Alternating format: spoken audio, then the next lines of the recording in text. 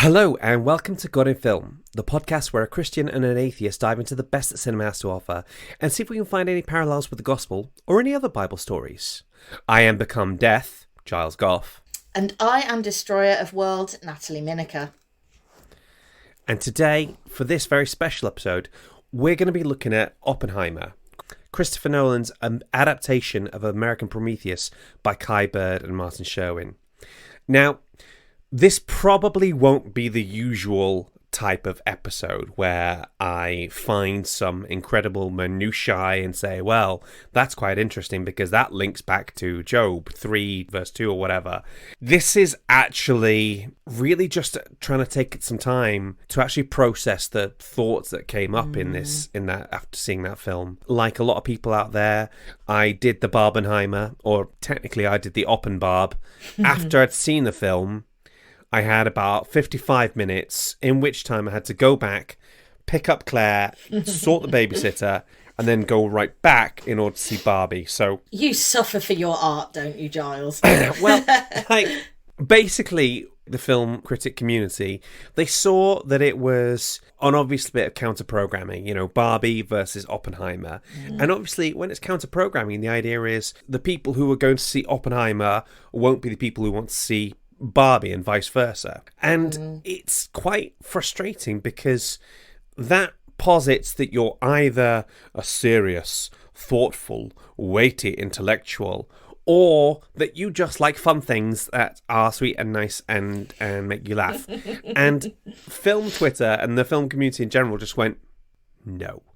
We're going to see both because screw you. That's why. I did hear that Warner Brothers distributes Barbie and Universal distributed Oppenheimer. And obviously Warner Brothers used to do all of Chris Nolan's films, so all the Dark Knights.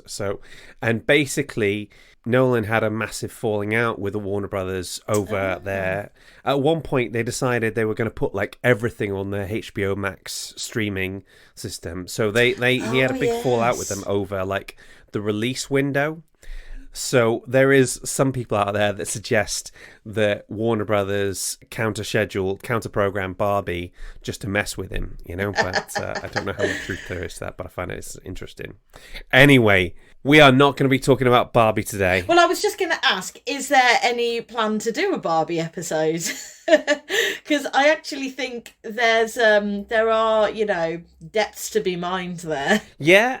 There's Plato's Cave and there's lots of other stuff in there. The reason why I do this podcast, or the reason why that I have any drive to do this sort of thing at all, is because I want to be able to say something I don't think anybody else has thought of yet. And as best I can tell, every possible thought about Barbie has been had and has been sort of put out there.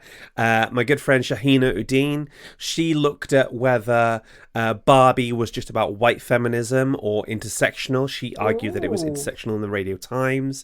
You should sort of check that out. You decided that Barbie had like a Buddhist sort of angle to it. Yes. Mrs. Fisher, the media superstar, she was like, oh wow, this is so postmodern. I'm like, yes, postmodernism is my jam. I just couldn't see any way of linking it to the Bible. And my thinking is if there's a white male who doesn't want to make everybody listen to what he has to say, then maybe you guys should embrace that. Do you know what I mean? Coming back to the film we're actually here to talk about. Yes. Nat, how did you feel coming out of Oppenheimer? Enjoy is a hard adjective to use for this film because it's like, yes, it is a wonderful piece of filmmaking, but you don't always feel particularly comfortable while you're watching it because of the content itself. But I thought it was brilliant, and I really felt like I learned a lot about some historical events that I wasn't even aware of. Like, obviously I knew about Hiroshima and Nagasaki and had heard of Oppenheimer, but I didn't really know that much about the Manhattan Project, and I had no idea about Oppenheimer's, like, what happened to him afterwards with the hearings. And I think that's, I think there's a lot of people who were being educated about stuff that we probably should have known. As you know, my dad was a nuclear engineer. He was like shift charge at Wilver Power Station for a lot of years, and in an attempt to kind of to have something to talk about with him, I sort of cultivated an interest in sort of nuclear power and nuclear energy. But the problem is my brain just isn't very good. As soon as there are maths brought into the equation, my brain goes, okay, I'm done. I'm going to go play on the swings. I'll see you later. So if I can't handle the science of nuclear fission or anything like that, the closest thing my brain can do is it can look into the history of a thing. So that's why I go to on that particular front. I first learned about the name Manhattan Project, I think possibly from you, because Was it through Watchmen? Watchmen, yeah. Why is he called Dr. Manhattan? And it's like, oh, well, there was the Manhattan Project. Yeah, same. Can I just say, I think you're being slightly harsh on yourself. I consider myself to be quite good at maths, and nuclear stuff is just beyond my ability to comprehend. So I don't think that's a you thing. I think that's just a normal people thing. Very good. Okay. All right. Now, without further ado, let's get into Nuts Facts. Nuts Facts. Oppenheimer is a 2023 biographical drama film written and directed by Christopher Nolan and starring Cillian Murphy, Emily Blunt, Matt Damon, Robert Downey Jr., Florence Pugh, Josh Hartnett, and I could literally just keep going on. Like Gary Oldman's in there. He plays Truman. Yeah, thank you. The film chronicles the life of American theoretical physicist J. Robert Oppenheimer and his work on the Manhattan Project, the top secret development of nuclear weapons during World War II. The movie was released on the 21st of July 2023 and to date is Nolan's longest movie, running at a bum-numbing 3 hours. Didn't feel like 3 hours, though, did it? Absolutely didn't. And this is a fact that keeps getting passed around, and it's come from Nolan himself, that the entire reel of IMAX film stock used for the production is 11 miles long and weighs 600 pounds. So if you go and see it in full IMAX, they've had to bring it in on the back of a truck. Cillian Murphy has appeared in more Nolan films than any other actor except... Christian Bale? No, Michael Caine. Michael Caine. So Cillian Murphy has appeared in more Nolan films than any other actor except Sir Michael Caine, who appeared in 8. Coincidentally, Oppenheimer is the first Nolan film since 2002's Insomnia that does not feature Michael Caine. So there is no place for Mr. Michael Caine in Oppenheimer. Which is weird because there was a place for literally everybody else. Yeah, like everyone's in that film. So I kept watching it going, oh, it's him. Oh, it's her. Okay, so another fact, Matt Damon, who plays Leslie Groves in the movie, was on a break from acting as a promise to his wife with one condition. He would only go back to work if Christopher Nolan called. I mean, you would, wouldn't you? Nolan offered Damon the role in Oppenheimer, and Damon, of course, said, yeah. And I'm thinking, I don't know who his wife is, but, yeah, you would, wouldn't you? I love that because I read that about that fact as well. You know what this is like. There are negotiations you have within a marriage. Well, darling, I really need this camera. Do you really need that camera, or do you want that camera? I want that camera. Well, then no, sod off. I'm going to take a break from acting. Okay, you're going to take a break from it. Yeah, okay. Unless Christopher Nolan calls. Yeah, obviously, unless Christopher Nolan calls. My God. I imagine that the phone call... I imagine he puts down the phone and he says to his wife, that was Chris Nolan. And she just looks at him and goes, well, what the hell are you doing? Stand here. Get out. Go do it, Don't leave him waiting. I'm just picturing Christopher He might Nolan. change his mind. And then he'll give the job to Ben Affleck. Oh, no. Well, his brother was in it. There's another person who was in that film. But no, I just imagine Christopher Nolan standing with a boombox outside Matt Damon's house in the rain, playing a song for him, trying to get him to come and join his film. The movie ends with Oppenheimer's security clearance being revoked after a series of security hearings. And you can't hear me, but I'm putting up air quotes there because it was a kangaroo court, wasn't it? However, on December 16th, 2022, J. Robert Oppenheimer's security clearance was posthumously reinstated by the US Department of Energy, almost 70 years after it was first revoked by its predecessor, the Atomic Energy Commission, in acknowledgement of the mistakes made by that commission. I mean, better late than never. Dude was dead at that point, but... I love it when you just get some kind of acknowledgement from an official body, like, yeah, we screwed that up, because it's not really about Oppenheimer at that point. It's about his sort of like grandkids and his sort of family. Do you know what I mean?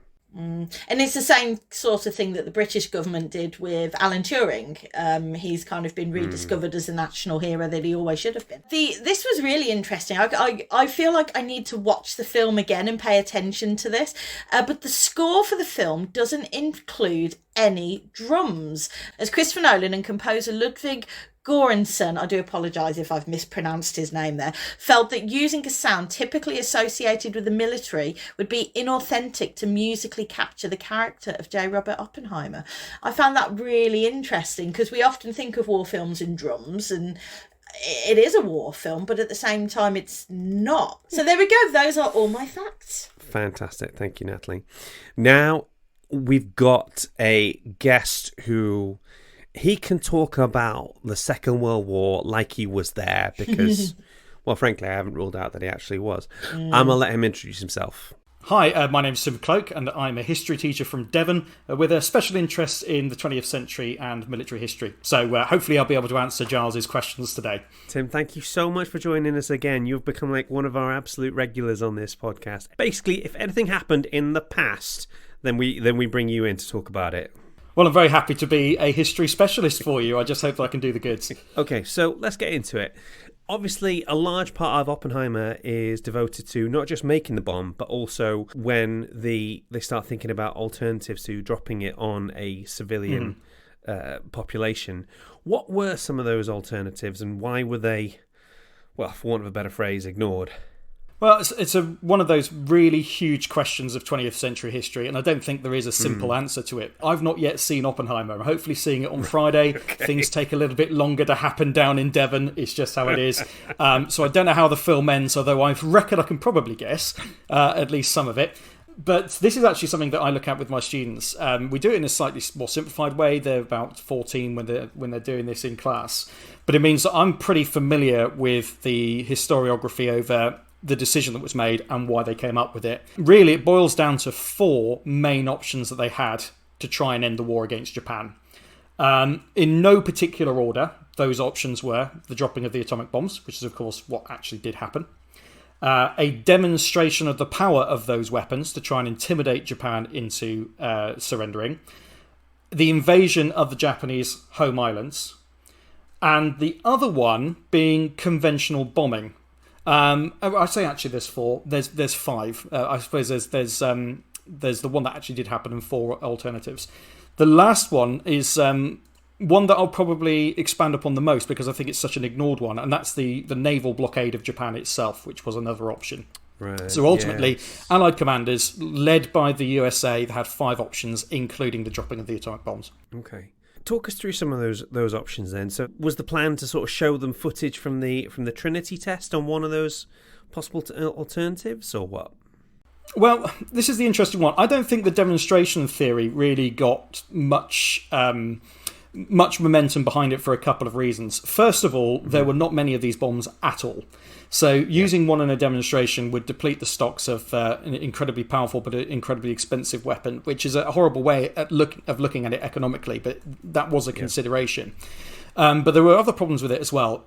Showing them footage would not be believed. You know, much as today we doubt the things that we see in video footage, so it could have been doctored or it could have been a trick in some way. It would have probably had to have been a live demonstration. Where would you arrange that? How would you get the Japanese to agree to turn up to it? All of that would have been tremendously difficult. Another problem with doing that is, would the Japanese really have believed that the Americans had more of these bombs, or whether they would be prepared to use them? And I think the third one is, what if it didn't work? What if they get all that together, they press the big red button, so to speak, and it just doesn't work? That's possibly going to be a huge backfire. So the demonstration theory probably wasn't a realistic one. Right, okay. And then obviously there's the naval blockade, which you were saying is the one that often gets the least amount of press, for want of a better phrase. Yeah. Well, the naval blockade is an interesting one because in this country, so in the United Kingdom, we're really familiar with the idea that Nazi Germany tried to starve Britain into surrender using submarines and U-boats. The Battle at the Atlantic, the sinking of merchant shipping, massive part of the war. Churchill famously said it was the only thing that scared him in the war, and with good reason. Could well have lost Britain the war if that hadn't been sorted out. Well, the Americans were doing very much the same thing to the Japanese in World War II, except unlike the Germans, they basically succeeded in doing it. There were other Allied submarines out there, a small number of British and Dutch ones as well, but it is a predominantly American effort. To get statistical for a moment, and then to go on what the effects of that actually would have been. In 1944, so the last full year of the war, the Americans primarily sank 2,380,000 tons of Japanese ships, which is a huge amount. They didn't sink that much in 1945, but that's more because the Japanese had simply just about run out of ships. So in the entire Pacific War, American submarines sank over 2,000 Japanese ships, and by the end of the war in 1945, so in August 1945, Japan was down to about 23% of its pre-war merchant shipping fleet. So over 75% of all of their merchant shipping fleet had been sent to the bottom of the Pacific. And Japan was in a similar position to Britain in terms of being an island nation with a similar sized population, about 31 million or so. And the prospect of them having to rely on imports, and those imports being completely severed, was an absolutely catastrophic one.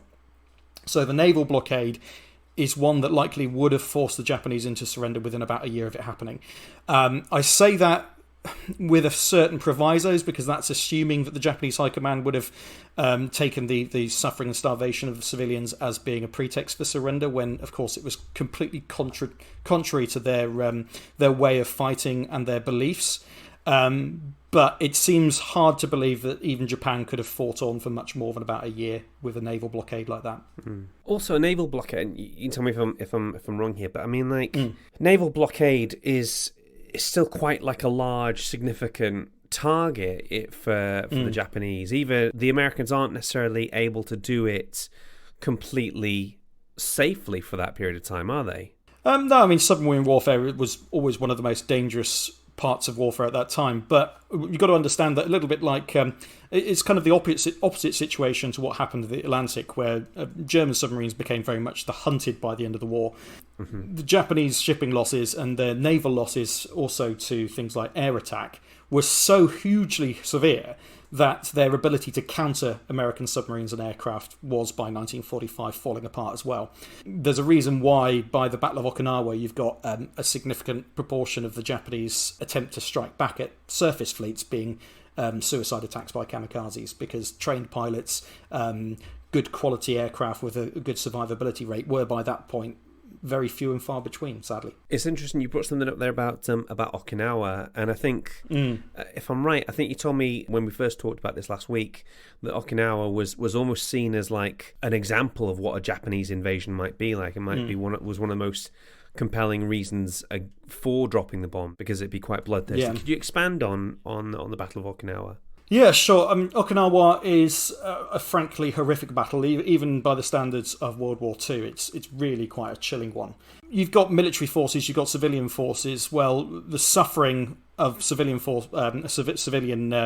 militia, for example, on Okinawa was really significant.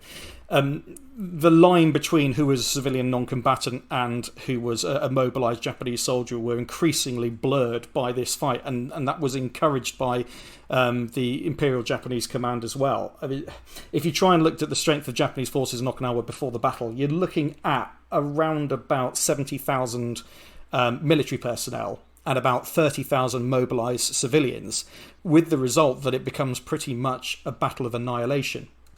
So a lot of the extrapolation of what might have happened with an invasion of Japan itself, and we've always got to stress this is counterfactual, it never actually happened, so we can only estimate, is if it had followed a similar sort of loss pattern as the Battle of Okinawa, we are talking something that would have been truly catastrophic, probably the worst battle of the whole of the Second World War.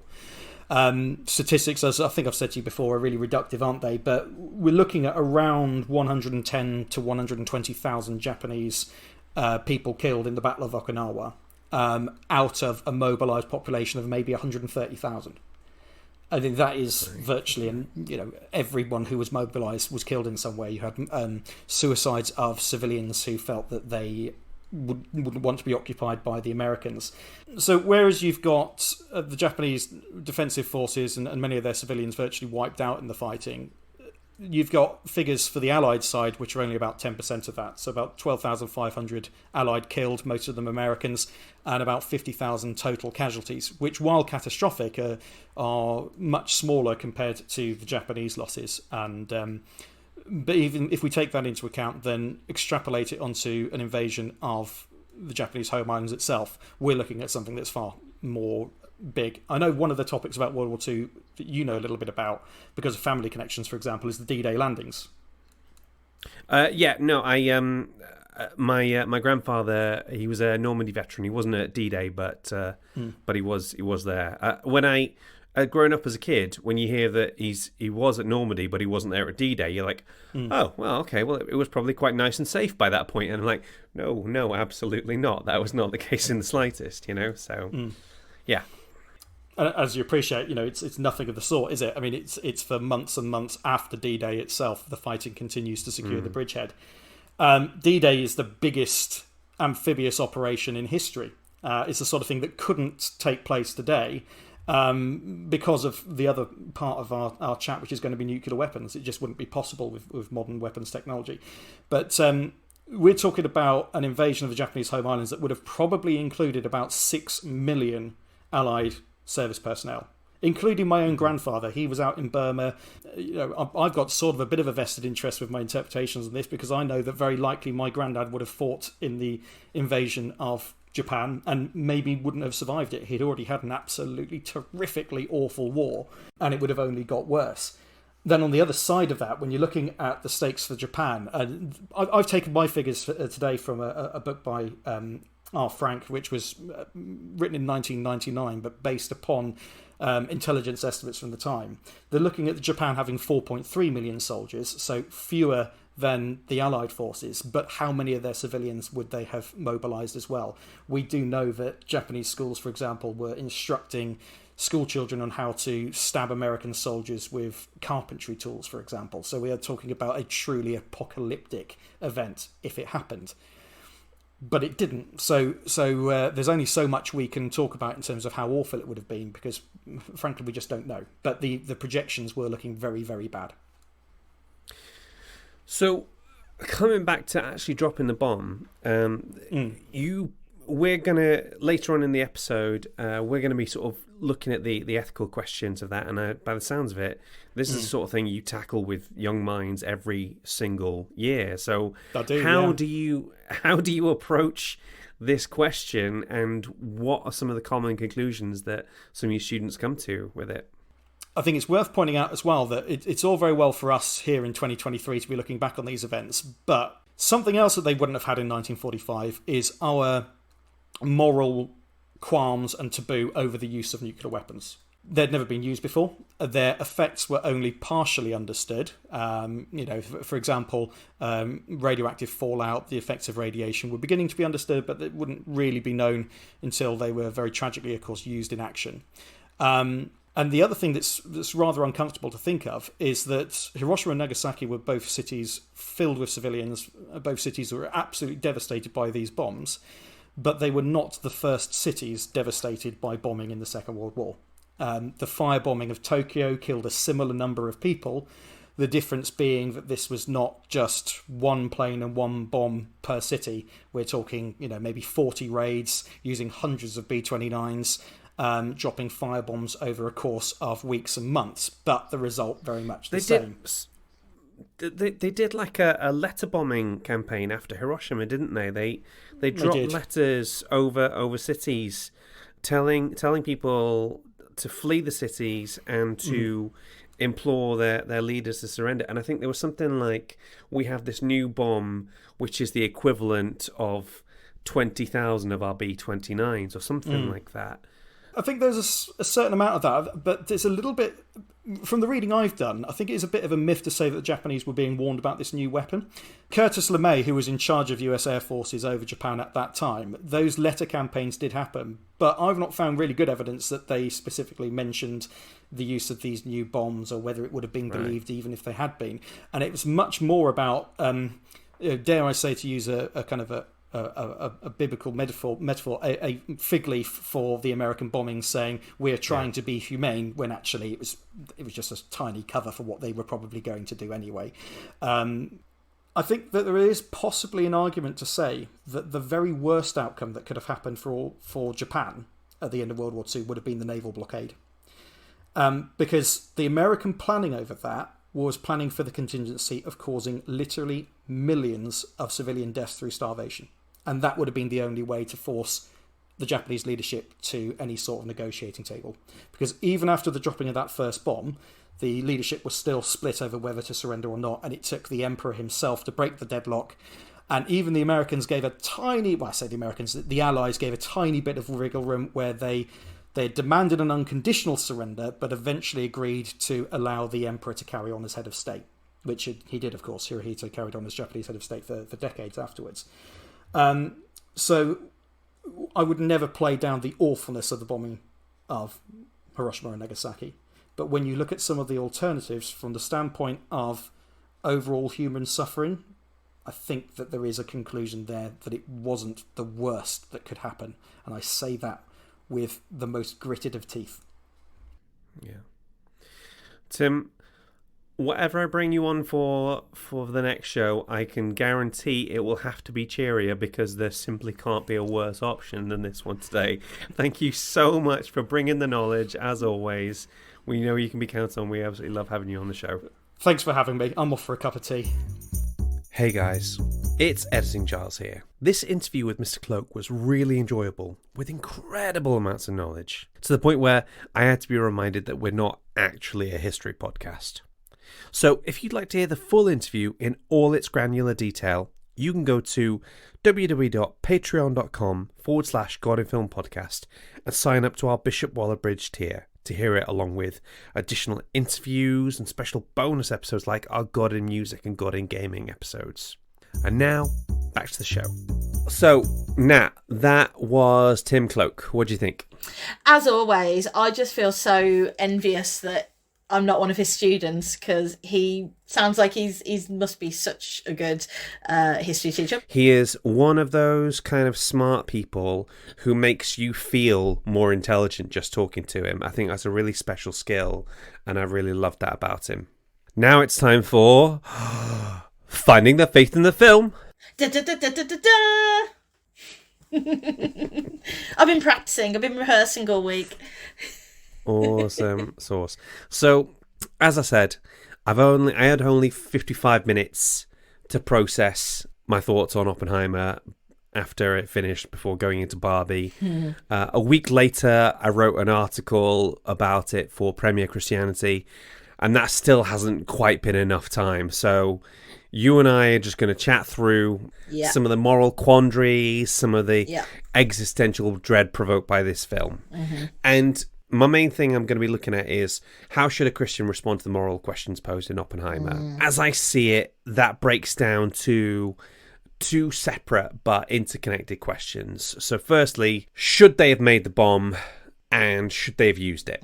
So to answer the first question, we've got to step back a bit. Oppenheimer is a film that is concerned with chain reactions, and if I was looking for like the first link in that chain, it would have to be the first successful attempt at splitting the atom in 1938. Did you know that it was a woman involved with that?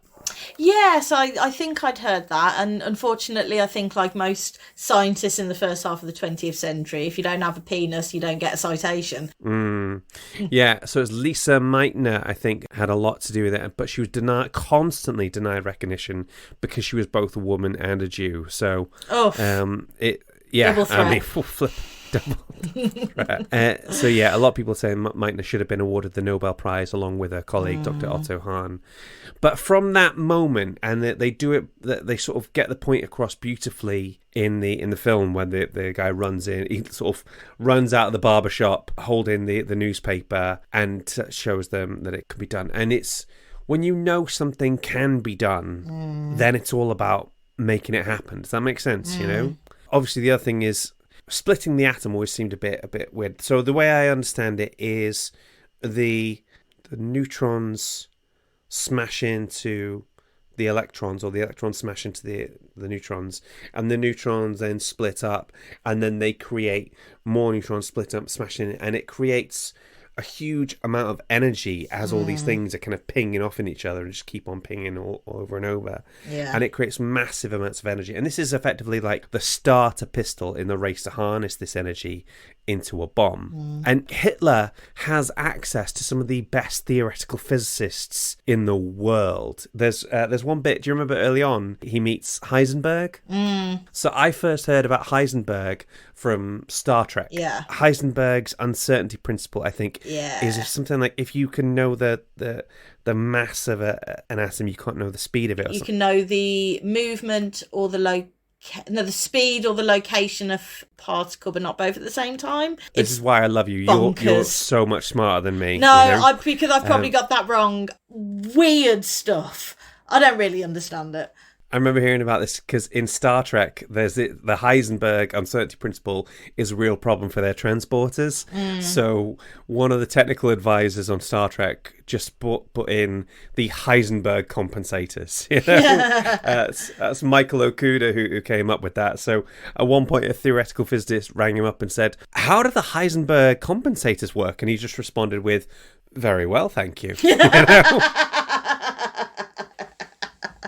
Love that. So what I found enjoyable was that Murphy's Oppenheimer points out in the film that the only advantage they have is Hitler's prejudices will prevent him from truly focusing on the work of these physicists because of their Jewish origins. Yeah. And it always blows my mind that if maybe Hitler had been a little less racist and a little less anti-Semitic, he might have actually won the war, which I find absolutely mental. Wow. You know? And as obviously, as Oppenheimer says in the film, I know what it means if the Nazis have a bomb. If Hitler had a bomb, I don't think he would have shown nearly as much restraint as the Americans did. Yeah, and I think it's one of the things that, like, when we talk about, oh, you know, should the Americans have done it and developed the bomb and you know, that started that chain reaction. But the fact is, I don't think they really had a choice, because somebody else much worse than them was already doing it, and it's like their hands were tied. Like, what could they do? Just sit back and go, well, we're going to take the moral high ground on this. Yeah, that's the problem. Like, if you're looking for where you stop the chain reaction, we have to go all the way back to the first thing, or it's so. It does feel like a domino effect. Well, if this, then that, and if this, and so on and so forth. If you want to see an idea of what it would have been like if Hitler had gotten the bomb first, I'd highly recommend checking out The Man in the High Castle. Love it. I think on Amazon Prime. Yeah, I've watched it all. It is really such a good show. Yeah, it's a slow burn. It takes a while to get there, but it's definitely worth it. You know. Yeah, such a good show. So, with all this in mind, I think it's easier to justify the decision to begin to develop the world's first nuclear weapon. You have to remember, Hitler also had Werner von Braun, Braun, who was the man who was developing the V5 rockets. So not only would Hitler have the bomb, he would also have a delivery system that was like nothing else. So as I say, the decision to begin building this weapon seems a lot more justifiable to me. How it was used, on the other hand, is a much larger discussion. It's perhaps not surprising that many of the voices most vehemently opposed to the use of the bomb came from the scientists that helped to create it. They try all the other possible options, the idea of a demonstration for the Japanese, and Tim beautifully pointed out all the reasons why that wouldn't have worked. They wouldn't have believed video footage. It would have been impossible to sort of get them to sort of come in, sit down, have a cup of tea, watch a massive bomb go off, and then go, if you don't surrender, we're going to use this on you. Because I was interested at one point about whether the belief that the Japanese wouldn't surrender, how much of that was kind of just Americans needing to feel like they're not responsible. But the more I looked into it, the more I saw that was very much the thing. Like, that you have to be completely loyal to the emperor, and you absolutely can't surrender under any circumstances. They literally just wouldn't stop. And counterfactualism is basically the kind of the guesswork of historical stuff, isn't it? So regardless of what might have happened, what did happen was that on the 6th of August 1945 at 8:15 a.m. local time, little boy was dropped over the city of Hiroshima, and 80,000 people killed either instantly or shortly afterwards. And in the 4 months that followed, between 90,000 and 166,000 people were killed. The city of Hiroshima estimates that 237,000 people were killed directly or indirectly by the bomb. Now, numbers don't mean anything when put to you like this. It becomes so large that it stops meaning having any kind of impact. So what I like to do when I think about these things is I think about where is your hometown? Google the population of it, and then start to measure it in that sort of sense. So obviously, I'm from Bangor originally. The population of Bangor is 16,358 people, at least it was in 2011. And if you then start to multiply that in terms of how many people that, how much sort of space that is, that's the way I can able to get a sense of it. Do you know what I mean? Like, I want to do this for my hometown now. How many people did you say it was that had died? So 80,000 people were killed almost instantly. Mm-hmm. So that's Kidderminster's a population of 57,000. So that's like a Kidderminster and a bit, which is crazy. Again, I only seem to think in Welsh terms. So that's the entire population of Anglesey. Wow. All wiped out, And you have to personalise it to yourself, because otherwise it's just numbers, How many say 250,000? 237,000 killed either directly or indirectly. So where I live right now in Trafford, which is sort of a borough of Manchester, that comes to 236,000. So you imagine where you live, and you imagine every single person wiped out there, and how far you'd have to go before you saw another person. That's the best way to try and put this into a sense of scale. Another good way to envision these massive numbers is how long it would take you to count if you counted one death per second. So I've just done a little bit of working out. So 237,000 seconds is 65.83 hours, which is, I'm just rounding up to 66 hours. So it would take you 2 3/4 days to count if you counted one person per second. So I always find that quite a good way to try and envision those massive numbers. And then obviously, if that wasn't enough, they dropped a second bomb on the city of Nagasaki 3 days later. What I learned was that the Nagasaki bomb was actually more powerful, but the devastation wasn't quite as much, because Nagasaki was in a valley, so it kind of holds some of that in, whereas Hiroshima was a wider kind of flat plain, so it spread for further. So Tim talked about the naval blockade. He talked about what a Japanese land invasion would have been like. And if we look at Okinawa, which is where they actually did do a land invasion, I think we covered some of that in our Hacksaw Ridge episode. Okinawa is it's just under twice the size of Anglesey. And for that, they lost 12,000 Americans, 100,000 Japanese, and somewhere like a nearly 100,000 native Okinawans, 1,700 schoolboys between 14 and 18 were put into frontline service. So this gives an idea of the extent Japanese forces were willing to go to fight off an invasion. And that is just for one tiny island. In essence here, we're brought back to the trolley problem. Nat, can you explain to people what the trolley problem is? Yeah, so the trolley problem is a really famous thought experiment from the philosopher Philippa Foot. I'm sure probably most of the people listening to this have heard it or some version of it. Essentially is, imagine you have a train going down a track. The train's a runaway train. If you do nothing, that train is going to hit and kill 5 people.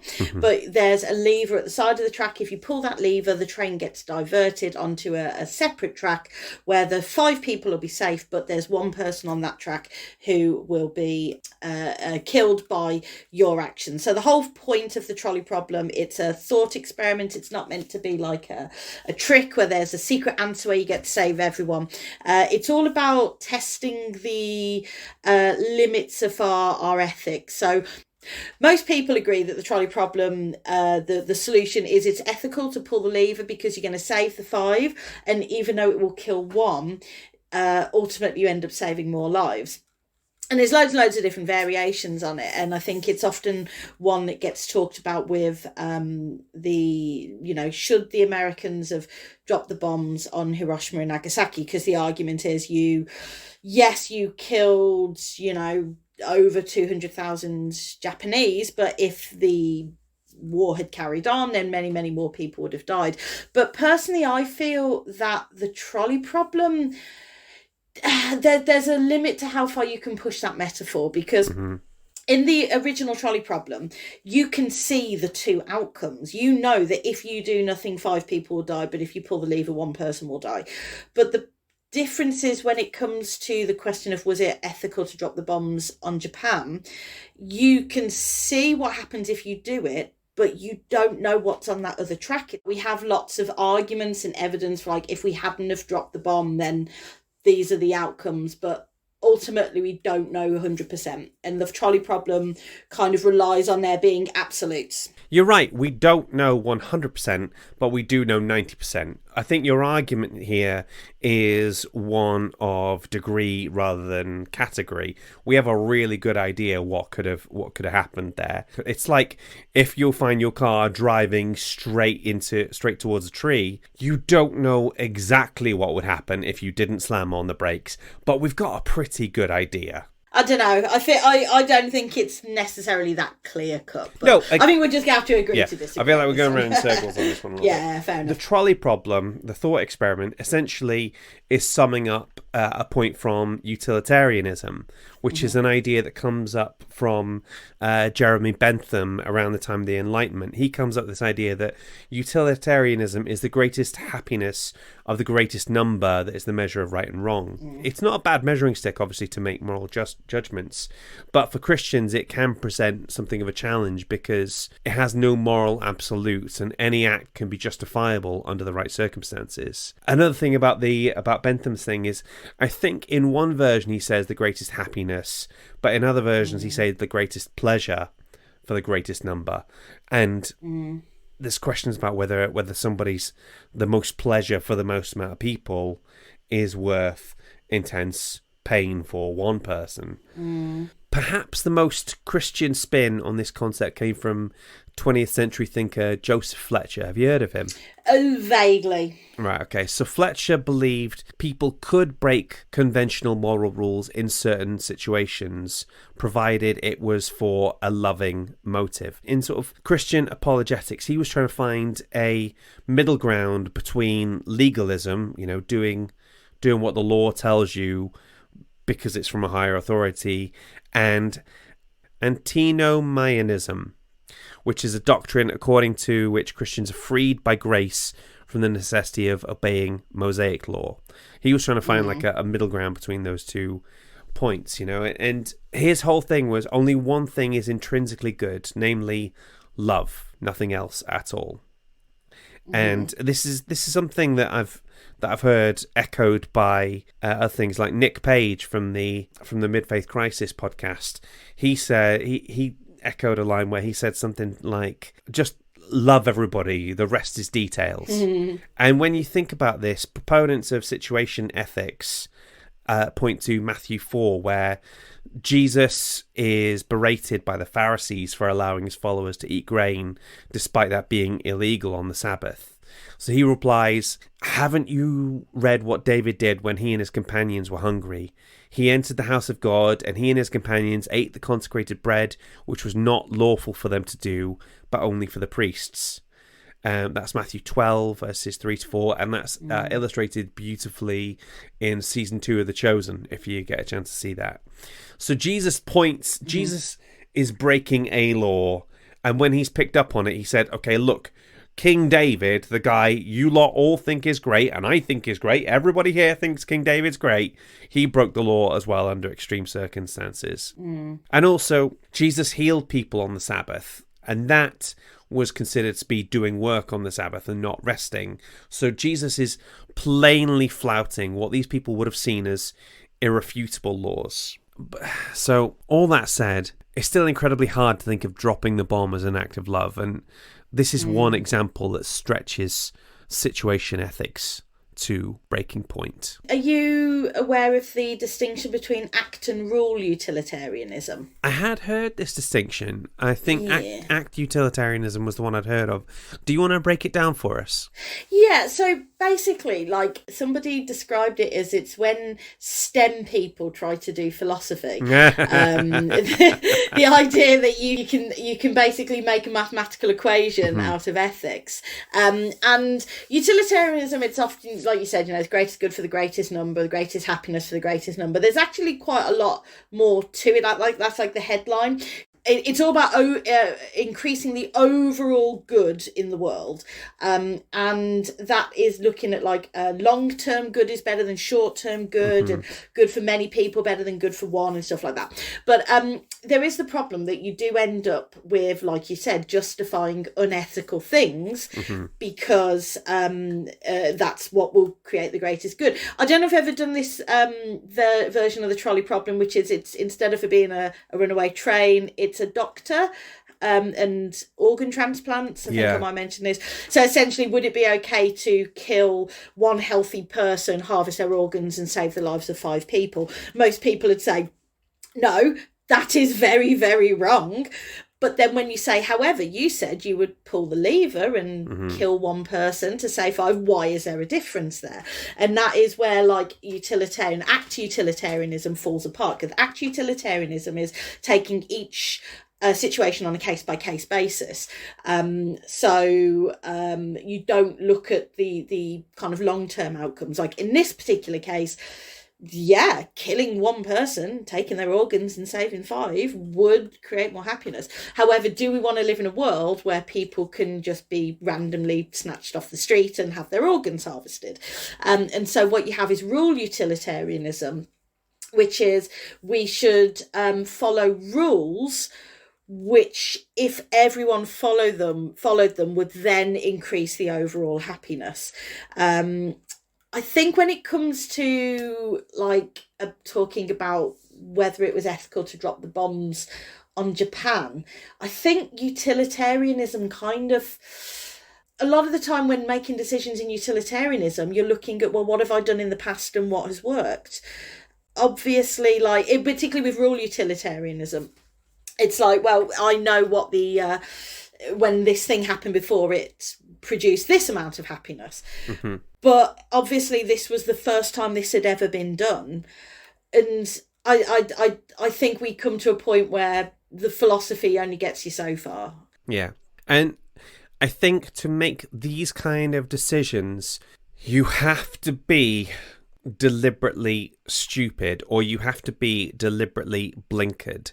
Truman found this decision easier to make because he decided to only count American lives on this point. There's the one bit you remember in the film where they are trying to make a decision about which city to go to, and the Secretary of State says, let's rule out Kyoto. My wife and I went there to that city on honeymoon. It was lovely. And it's a stupid reason. It's a daft reason, but there's only stupid decisions left to make by that point. Do you know what I mean? Yeah.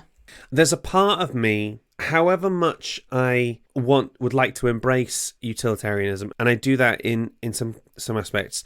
There's a part of me that has that Kantian thing in the back of my head, the idea that there being like absolute moral rights and moral wrongs. So whilst I can recognise the utility and the reasons for dropping the bomb, I wouldn't have wanted to be the one to do it, you know? One thing I think that theists have on some level is that I expect to at some point stand before God and have to justify my actions effectively, you know? And I'm not talking about like, you know, oh, I sinned here, I made a mistake and I repented for it, because God is fine with that. God's like, okay, fine. But what about if it's something where you'd say, yes, I did that and I would do it again in the same situation? And that's sometimes in the past when I've been talking to Phil about like legalism versus utilitarianism, when presented in that sort of form, we've tend to go for utilitarianism. But I think before you even think of a philosophy, you have to work out what your underlying principles are that will help you make those decisions.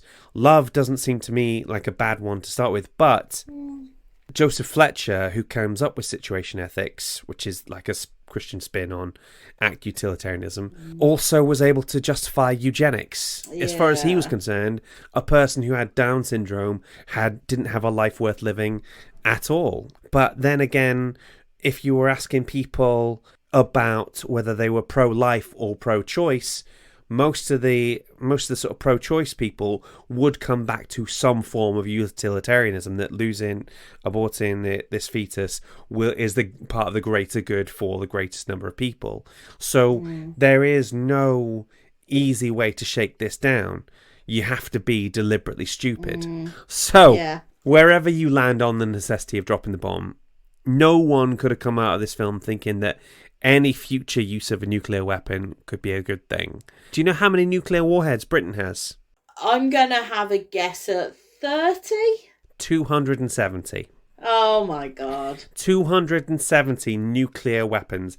And the only good news I could find about this was that that's actually quite low compared to what they used to have. Back in the 70s, they had 540. So broadly speaking, the scale of sort of denuclearization has gone down over time. I tell you what is quite terrifying is when you look at the scale of the weapons that we have these days compared to what happened at Hiroshima and Nagasaki.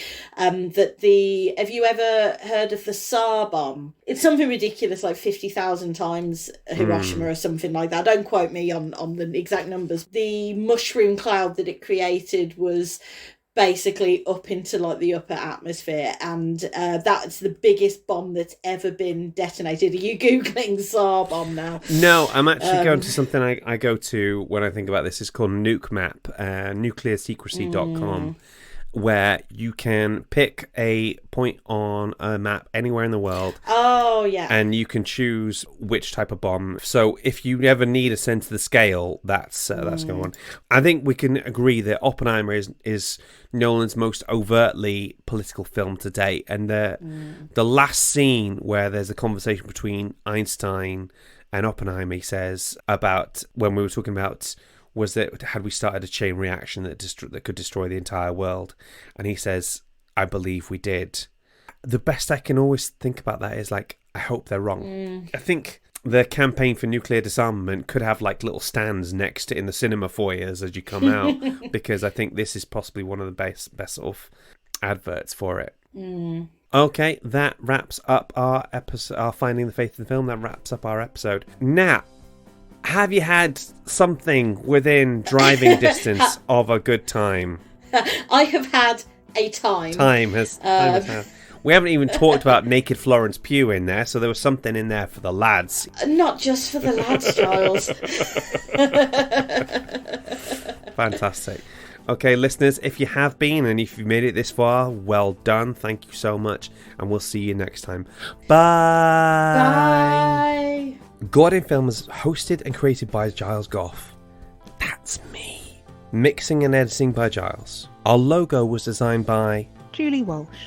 And our theme tune was composed by Rick Lee. Waffle editing by Julia Hall. Got It Films, a Dask production. Please rate and review. Unless it's a 1-star, in which case, assemble a team of the best writers in the country. Set up a base of operations somewhere remote. Remember, if they're not allowed to bring their families with them, you'll never get the finest minds to join you. Then, working day and night, craft a negative review that is so explosive, so scathing that will have to be treated for third-degree burns and radiation sickness. Good luck.